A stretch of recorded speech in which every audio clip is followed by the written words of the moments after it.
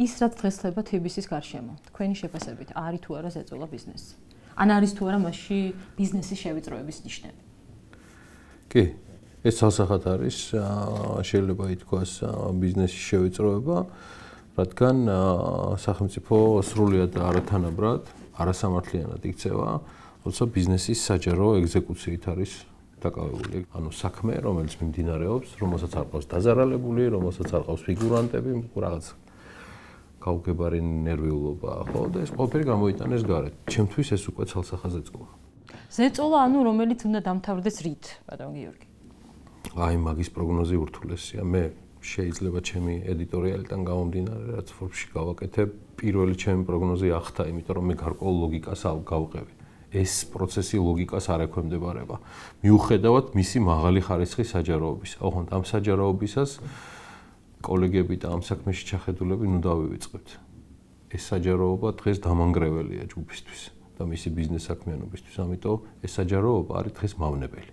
და ეს საჯაროება ბიზნესს არ დაუწყია. რატომ დუმს ბიზნესი? ყველა არის ჩუმად. როდის გახსოვთ რომ ბიზნესი საუბრობდა? იგივე შეკითხვა უნდა დამესვათ. როდის გახსოვთ? არა. როდის საუბრობდა? იცით რა არის? პირველი, მე არ მახსენდება ესეთი მასიური საუბარი ბიზნესის არც ერთ ეტაპზე, იმიტომ რომ ვისაც როგორც უნდა ბიზნესი ისე შეაფასოს კონფორმიზმის, სუბიექტივიზმის თუ ობიექტივიზმის ზღვარზე, მე ვარ ავტორი, დღეს ვამბობ იმ წერილისა, რომელიც ბადრი პატარკაციშვილმა გამოაცხადა ჯერ კიდევ ბიზნესმენთა ფედერაციის დროს, დღეს უკვე შეიძლება ამ რაღაცების საუბარი და არც მაშინ იყო დიდი გამოხმაურება. პანტაპონტით გარბოდნენ ბიზნესმენები. ეს ამბავი უკვე გაიხსენეს მედიაში, დიახ. ხო, და შესაბამისად არც წელს არავინ უნდა ელოდოს ამას ყველაფერს. ბიზნესი ისევე როგორც ყველა სხვა შემთხვევაში იქნება მოლოდინის რეჟიმში. ის არის ერთგვარი კონსერვატიულ კონფორმისტული მიდგომის კასტა და ეს უნდა გავიგოთ. ბიზნეს არ უყვარს რევოლუციები. ეს საქართველოში თუ ზოგადად? ეს ზოგადადაც ასეა. და არც ხაზარაზეა რევოლუციონერი და ის რომ არ იყოს მიყენებული კედელთან თავის პარტნიორებთან ერთად მრავალმხრივი პრობლემებიდან გამომდინარე და ამას ემატება ემოციური ფონი, რომ ხაზარაძე არის შეურაცხყოფილი დამოკიდებულებით, ის ამას არ გააკეთებდა.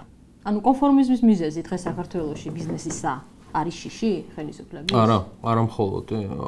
მათ სურთ საკითხში საბოლოოდ გარკვევა, ეგ ყოველთვის თანსდებს ბიზნესს, რომელსაც აქვს ყოველთვის რიდი ხელისუფლებისა, ვინც არ უნდა იყოს და როგორი ძლიერი ან სუსტი ხელისუფლებაც არ უნდა იყოს. ანუ მე მაინტერესებს რომ 10-მა დიდმა ბიზნესმენმა რომ გამოვიდეს და რაღაცა თქვას, ეს არის ახალი ამბავი, რომელიც ტირაჟირებს და წერტილს ვსვავთ. თუ მიუყვებით ამ თემას, მე ვამბობ რომ საერთოდ რო არ გამოვიდეს ბიზნესმენი, როცა ესეთი ამბავი ხდება.